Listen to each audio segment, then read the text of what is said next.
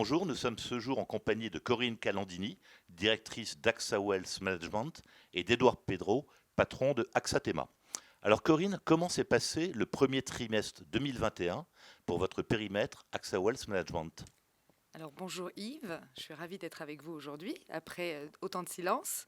Le premier trimestre 2021 est un trimestre qui, même si d'un point de vue sanitaire il ressemble beaucoup à ce qu'on a vécu l'année dernière, n'a rien à voir en matière d'activité sur le périmètre de Wealth Management. Je retiens trois grandes choses aujourd'hui, si je dois caractériser. Le premier, c'est l'assurance vie a repris des couleurs. Et donc, en matière de collecte, on a une activité intense. À titre d'exemple, on est à plus 40% sur AXA Wealth Europe, ce qui veut dire que les Français ont retrouvé le temps de réfléchir et n'épargnent plus court, mais reprennent des projets. Le deuxième point vraiment qui est marquant depuis le début de l'année, c'est la collecte en matière d'unités de compte.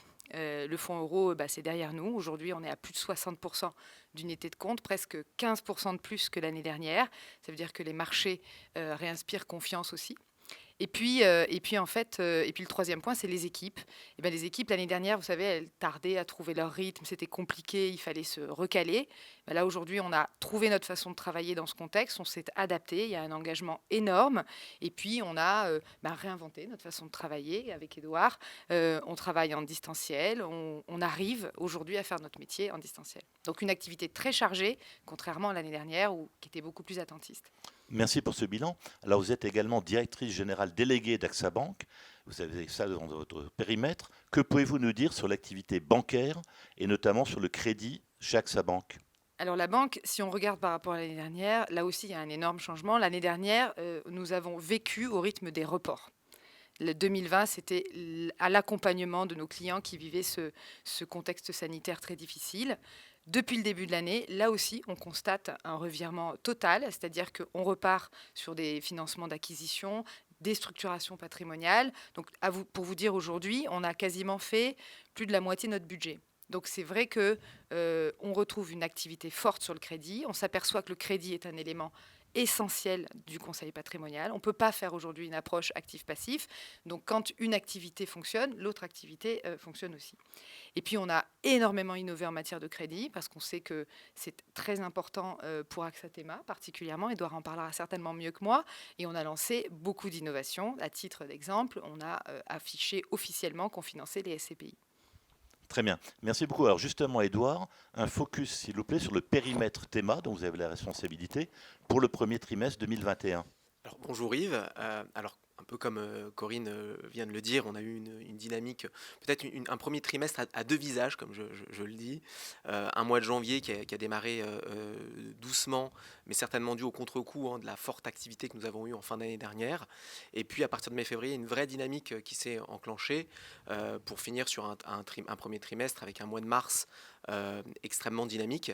Alors, comme Corinne le disait, notre collecte a été en plus portée par la collecte UC avec un Mhm. taux de 60% aujourd'hui sur la nouvelle collecte. Au niveau crédit, c'est pareil. Au niveau crédit patrimonial, Théma a été très dynamique sur ce premier trimestre avec un mois de mars, je pense, record en termes de décaissement de crédit. Alors, bien évidemment, comme on le dit, cela est possible parce que les équipes sont restées sur le terrain, mobilisées auprès de nos partenaires pour continuer à proposer un accompagnement de proximité. C'est quelque chose qui est très important pour Théma. Et puis aussi parce qu'on a été aidé par une actualité en matière d'offres, de nouveautés assez riche. Alors justement, Edouard, quelles sont vos principales actualités pour Théma, les nouveautés que vous avez mis en place déjà ou que vous comptez mettre en place d'ici la fin de l'année? Alors effectivement, dans le contexte actuel, avec des taux durablement bas, nous devons poursuivre à innover et à proposer des nouvelles solutions à nos partenaires. Ces nouvelles solutions, elles s'articulent autour de deux grands axes, l'innovation en matière du C, et puis l'élargissement de notre offre bancaire. Sur la partie unité de compte, nous devons proposer des nouvelles solutions d'investissement. C'est ce que nous avons fait d'ailleurs l'année dernière avec le partenariat, notamment avec 50, Mhm. qui nous a permis d'élargir notre offre de produits structurés. D'ailleurs, on peut revenir un petit peu sur ce sujet-là, parce qu'après plusieurs mois maintenant de mise en place, faire un petit bilan et de dire que c'est un vrai succès avec une accélération, une montée en charge très, très forte sur cette nouvelle offre. et donc un succès en matière de collecte et d'utilisation de nos partenaires. Toujours dans cet axe-là, nous allons proposer l'eurocroissance, le fonds eurocroissance d'AXA à la rentrée 2021 pour proposer une solution alternative au fonds euro qui voit ses rendements bien évidemment baisser d'année en année. C'est donc une alternative avec plus de rendement tout en maintenant un cadre sécurisé. En plus, dans le cadre de la loi Pacte, cette euro-croissance a été rendue plus compréhensible, plus appréhendable pour le client final. Et puis, toujours en matière d'innovation UC, et Corinne pourra en parler, mais nous continuons à innover en matière de private equity. C'est une classe d'actifs qui nous est chère. Et l'objectif est de continuer à proposer à nos partenaires la plus belle offre en matière d'unité de compte de private equity au sein de l'assurance vie. Nous travaillons aujourd'hui avec des acteurs de référence comme Idinvest, 123IM, Entrepreneur Invest, NextEdge, beaucoup de partenaires de référence avec toujours 7-8 supports en moyenne sur le contrat. Donc c'est quelque chose sur lequel nous allons continuer à accélérer. Je pense notamment au fonds APO d'Apax qui va être référencé dans les semaines à venir au sein du contrat Coralis. Et puis peut-être le deuxième axe, pour finir, qui est l'élargissement de notre offre bancaire. Nous avons voulu accélérer sur les solutions que nous proposons, les nombreuses solutions que nous proposons en matière de crédit à nos partenaires. Le financement des parts des CPI, c'est la nouveauté de ce début d'année. On l'a voulu, cette offre, une offre simple, ouverte et réactive. Simple avec un process préétabli, packagé pour aller vite. Et donc réactive avec des engagements en matière de durée, de timing, 72 heures la réponse, 15 jours la mise en place du crédit, et puis ouverte parce qu'elle est ouverte à toutes les CPI de la place. Merci beaucoup Édouard. Alors Édouard vient d'en parler. Corinne, on vous est très attaché au private equity, au capital investissement. Je rappelle qu'AXA a été d'ailleurs un des pionniers en termes de référencement de capital investissement en unité de compte. Quelle est votre vision précise sur le développement de cette offre dans le groupe AXA ?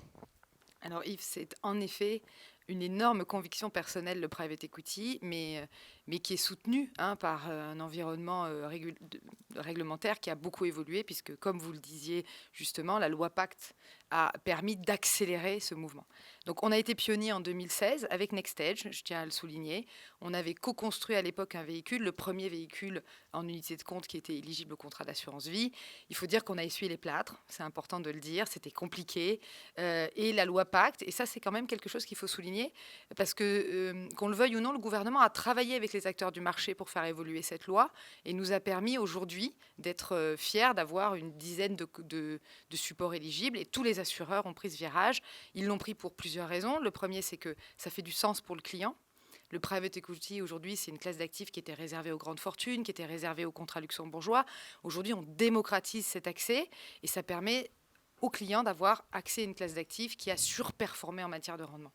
Ça, c'est le deuxième point. Ça veut dire qu'aujourd'hui, accompagner nos clients avec de la surperformance, c'est tout notre enjeu de conseiller en gestion de patrimoine. C'est vrai, le fonds euro a des rendements qui baissent et c'est notre obligation d'apporter des solutions. Donc le private equity, il combine à la fois la recherche de rendement et l'absence de volatilité, en tout cas une faible volatilité sur le long terme.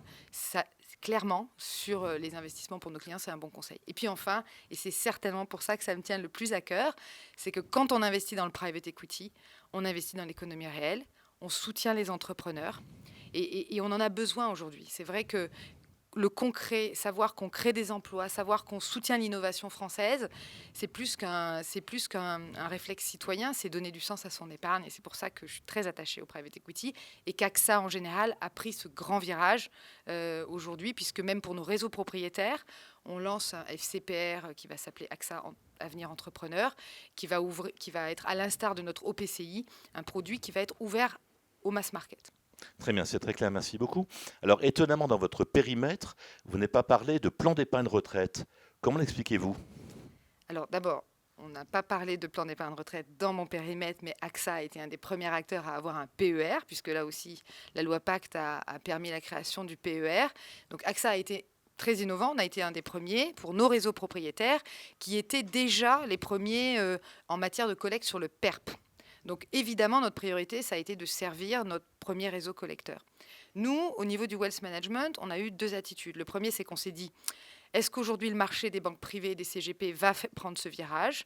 Et donc on a eu une position attentiste que j'assume parfaitement pendant quelques mois. Et puis il y avait aussi, vous le savez, le fait que la réforme de Levoy a été reportée. Et la réforme de Levoy, c'était clairement un accélérateur sur le segment du wealth management puisque ça plafonnait les cotisations.